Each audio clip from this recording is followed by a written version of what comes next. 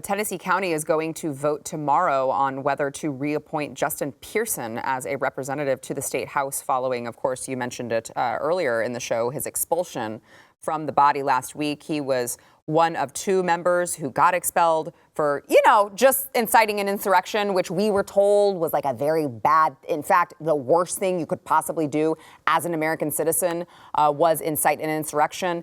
And yet they did, and didn't think that they would face any consequences for it. Now, it's fascinating because there's these new videos that have surfaced of Justin Pearson. Back in 2016, he was running for president of his student council.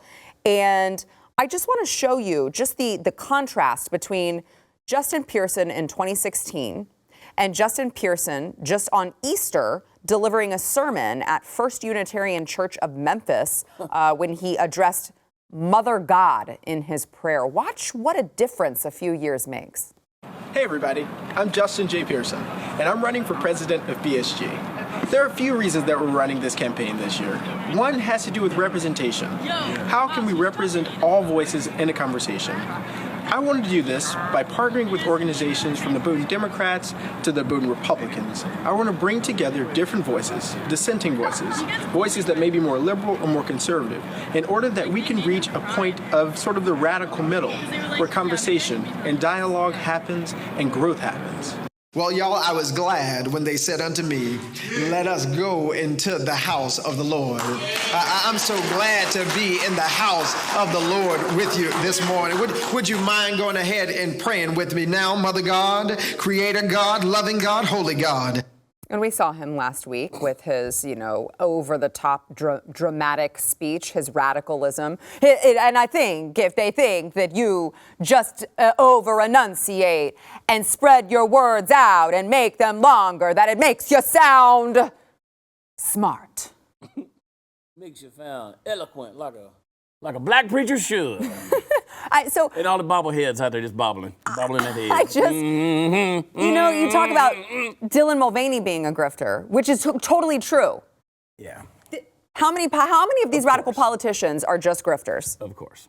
Listen, what happened to him? You asked the question. What happened to him was social media. Right. Like he started seeing where he could benefit and capitalize off of this thing, and he became something he's not. Mm-hmm. Right.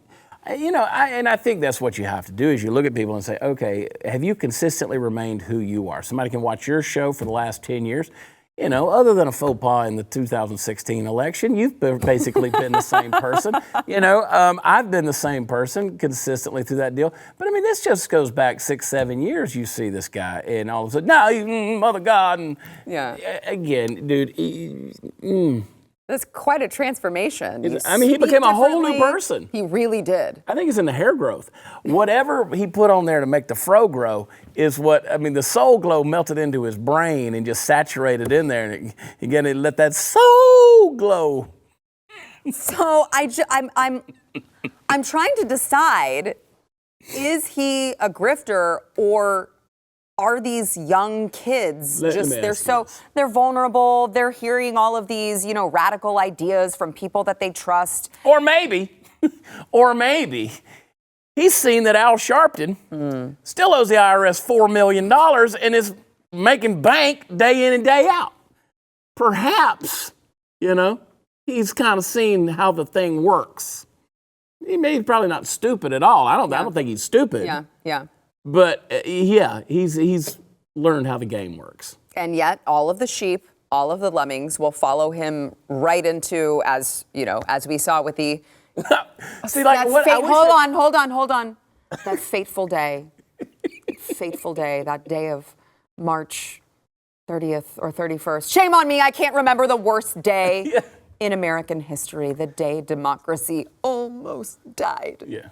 We got it back. So good. I wish that while he's speaking there at the Unitarian Church in Memphis, that suddenly they would just play a clip of him going, "Hi, guys, I'm running for president so I can bring the Democrats and the Republicans together on our college campus. It's going to be fantastic, y'all." Let's bring that clip up there and just play it over. Mother God, you have brought me from so many hardships, such as this. Hi, kids. I just want to share all my Halloween treats with you.